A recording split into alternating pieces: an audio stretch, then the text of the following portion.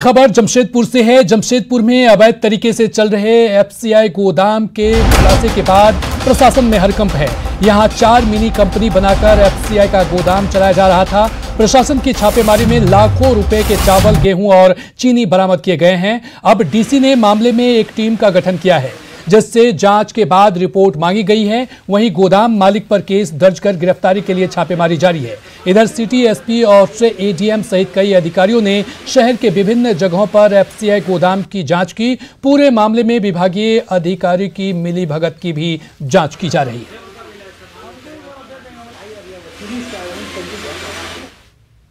एक साक्षी में और एक गोलमुरी में, इसमें नॉन अवेलेबल सेक्शंस हैं। गैर जमानती धाराओं में ये एफआईआर दर्ज की गई है और इसमें जो भी कल्प्रिट हैं अभी प्राइमा फेसी जो सामने आए हैं, दीपक मोहनानी और उनके कुछ करीबी लोग, उनके खिलाफ एक छापामारी अभियान जारी है। इसके अलावा डीसी सर ने एक कमेटी इसमें कॉन्स्टिट्यूट की है, जिसमें एडीएम लाइन ऑर्डर साहब और मैं हैं, अन्य ऑफिसर्स भी उसमें हैं। तो हम लोग यही जांच कर रहे हैं कि आखिरकार इस तरह का गोरख धंधा कहाँ चल रहा है। चेकिंग के रूप में कुछ डीलर के पास से भेज दिए। बर्मा माइंस के 10 डीलर का चेकिंग करवा रहे हैं। वो चेकिंग का भी रिपोर्ट आ जाएगा और सारे रिपोर्ट को हम लोग कर रहे हैं। क्योंकि कल का जो घटना हुआ है 4 गोदाम और एक डीलर पे है ना, तो उसकी पूरी तरह से हम लोग उसको चेकआउट करते ताकि भविष्य में ये फिर कोई दुस्साहस नहीं करे कि इस तरह का कुकर्म करने के लिए, तो उसी के लिए हम लोग लगे हुए हैं। चलिए बढ़ेंगे अगली खबर की तरफ। रांची में सहायक पुलिसकर्मी अब भी अपने आंदोलन को धार देते नजर आ रहे हैं। सरकार से वार्ता के बाद भी सहायक पुलिसकर्मियों का कहना है कि सरकार के मंत्री से हुई वार्ता सकारात्मक नहीं हुई, जिस कारण वे आज भी आंदोलन को मजबूर हैं। सहायक पुलिसकर्मियों से बात की न्यूज 18 संवाददाता ओम प्रकाश ने। आबादी मैदान में पिछले 8 दिनों से आंदोलनरत सहायक पुलिसकर्मियों के साथ सरकार ने वार्ता भी की, लेकिन अब तक कोई नतीजा निकल नहीं आया, जिसके कारण सहायक पुलिसकर्मी आज भी आंदोलनरत हैं और तमाम बातों को अभी भी सरकार से मांग रहे हैं। अपनी सीधी नियुक्ति की मांग पर अड़े ये सहायक पुलिसकर्मी के साथ कल वार्ता हुई। क्या लगता है, कितना संवेदनशील है? देखिए, जो हमारे स्वास्थ्य मंत्री मिथिलेश ठाकुर आए हैं, हम लोग के पक्ष में वैसा भी कोई भी स्पष्ट जनक बात नहीं बताएं कि हम लोग जिससे उससे संतुष्ट हो सके।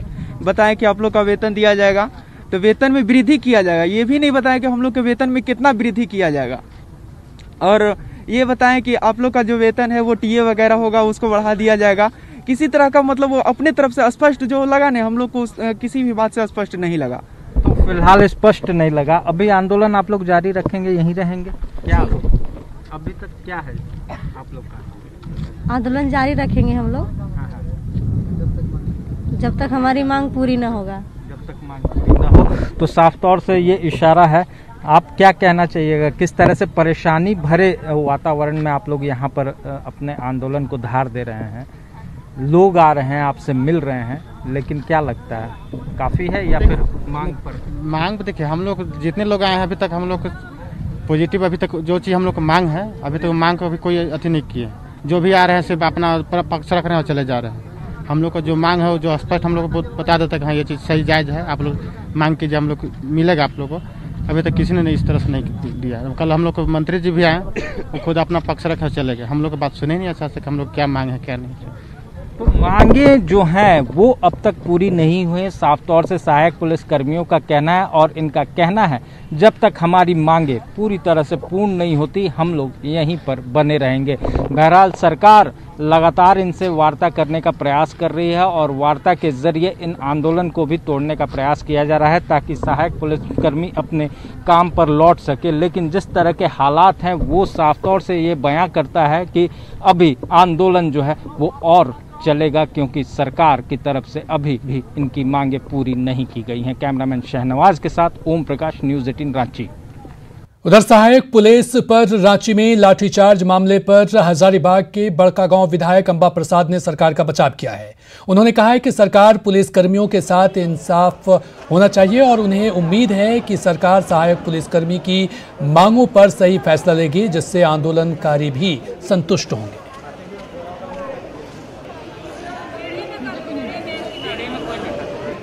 हमारे मुख्यमंत्री ने साफ स्पष्ट कर दिया है कि उनके संज्ञान में नहीं था, उनके निर्देश नहीं दिए गए थे इस तरह के, और वो बोले कि हम इसको देखेंगे कि क्यों ऐसा हुआ, क्या कारण हुआ, और इस पे जो कार्रवाई है वो भी वो करने के लिए तैयार है। आप दुखी हैं क्या घटना से? बिल्कुल हम दुखी हैं। हम सहायक पुलिसकर्मी के साथ हैं और वो हमारे झारखंड वासी हैं, उनके साथ न्याय होना चाहिए और न्याय उनको दिलाने में सरकार भी तत्पर है। हम यही उम्मीद करेंगे जल्द से जल्द उनको भी सेटिस्फाई करे सरकार। तो रांची में सहायक पुलिसकर्मियों का आंदोलन जारी है। वहीं कई संस्थानें 12 जिलों के आंदोलनरत सहायक पुलिसकर्मियों की सेवा भी कर रही है। सहायक पुलिसकर्मियों को राष्ट्रीय युवा शक्ति की ओर से चाय और बिस्कुट दी गई।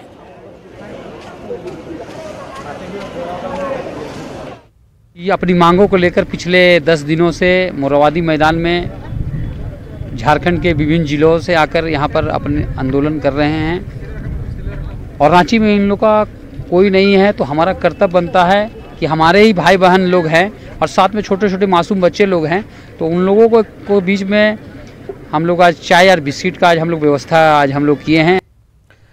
उधर भ्रष्टाचार पर पक्ष और विपक्ष में आरोप प्रत्यारोप जारी है।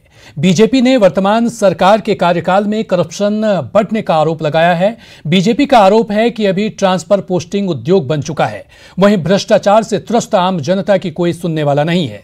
वहीं जेएमएम और कांग्रेस ने पिछली सरकार के कामों को लेकर बीजेपी पर हमला बोला है और किसी भी हालत में भ्रष्टाचार से समझौता नहीं करने का दावा किया है।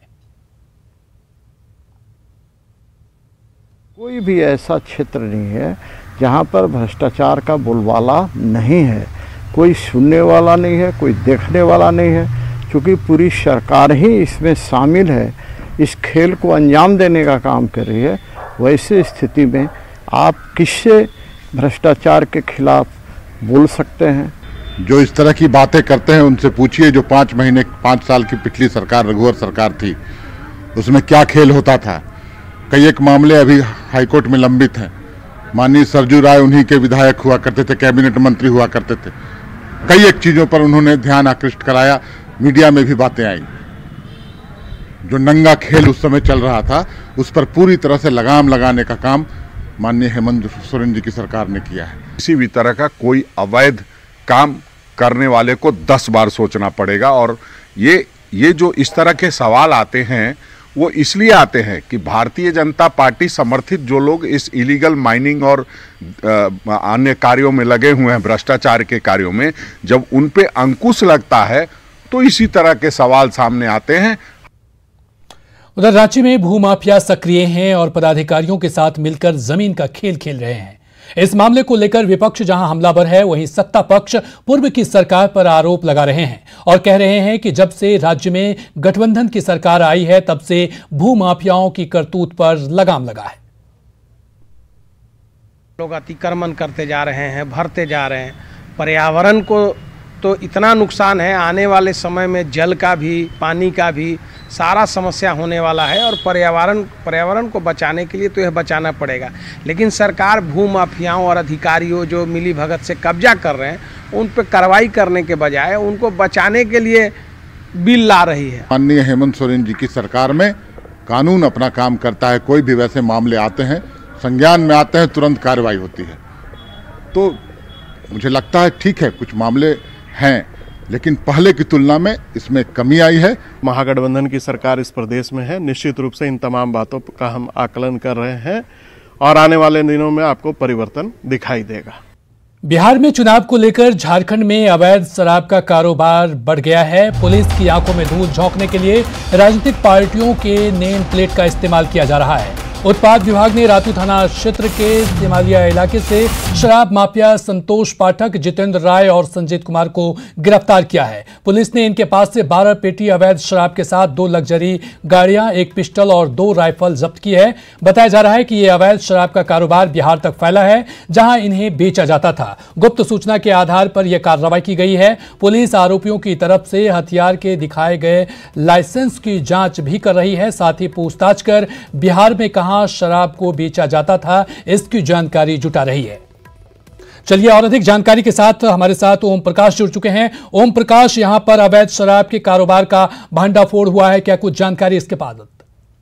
जी कल्याण, बता दें कि जिस तरह से राजधानी रांची सहित पूरे प्रदेश भर में शराब माफियाओं का नेक्सस फैला है, वो कहीं न कहीं अब बिहार में अपने पांव को और ज्यादा फैलाने में लगा है। चूंकि बिहार चुनावी हाल के दिनों में कुछ ही दिनों में शुरू होने वाला है, जिसकी धमक के बाद अब राजधानी रांची सहित प्रदेश भर से शराब माफिया जो बिहार में शराब भेज रहे हैं और कुछ इसी की वानगी इन दिनों मतलब हर तरफ देखने को मिल रही है। तो मामले में फिलहाल जो एक हथियार का 3 हथियार और लाइसेंस भी बरामद हुए, जिनका लाइसेंस भी है, लेकिन लाइसेंस वैध है या अवैध इसकी भी जांच की जा रही है। वहीं साथ ही अब भी राजधानी रांची की अगर बात की जाए तो 5 बड़े जो शराब माफिया हैं वो अब अभी भी पुलिस की पकड़ से बाहर हैं, जिन पर तलाश की जा रही है। वहीं आपको बताना चाहेंगे कि जिस तरह से गाड़ियों का इस्तेमाल किया गया, जिसमें राजनीतिक के नेम प्लेट लगे थे, राजनीतिक पार्टियों के नेम प्लेट थे, वो कहीं न कहीं बताता है कि पुलिस की आंखों में धूल झोंकने को लेकर ये पूरी कार्रवाई की जाती है और पुलिस को कहीं न कहीं गुमराह करने की कोशिश है। तो ये भी बड़ा सवाल है, राजनीतिक पार्टियां या फिर किसी बड़े विभाग का नेम प्लेट लगाकर कोई घूम रहा है, उन लोगों पर भी कार्रवाई करने की जरूरत है ताकि इस तरह के कारोबार पर नकेल कसी जाए। ओम प्रकाश, जिस तरह से यहाँ पर राजनीतिक पार्टियों के गाड़ी से अवैध शराब की कारोबार की जा रही है, क्या ये प्रशासन को इसकी भनक थी, और यदि भनक थी तो फिर कार्रवाई में इतनी देरी क्यों? जी वही बात कल्याण की, जिस तरह से राजनीतिक पार्टियों के नेम प्लेट का इस्तेमाल करके गाड़ियों से अवैध शराब का कारोबार किया जा रहा था, वो एक बड़ा सवाल है और उस पर भी जांच करने और कार्रवाई की जरूरत है ताकि इस तरह के जो लोग हैं उन पर शिकंजा कानून का कस सके। और कुछ यही चीज इस अवैध शराब के कारोबार में भी देखने को मिली, जहां पर राजनीतिक दलों की नेम प्लेट और बाकायदा कहा जाए तो उनके नाम का इस्तेमाल निश्चित तौर पर तो ये जांच का विषय है और प्रशासन को सख्ती से इस पर जांच करने की जरूरत है। तमाम जानकारी के लिए बहुत बहुत शुक्रिया ओम प्रकाश।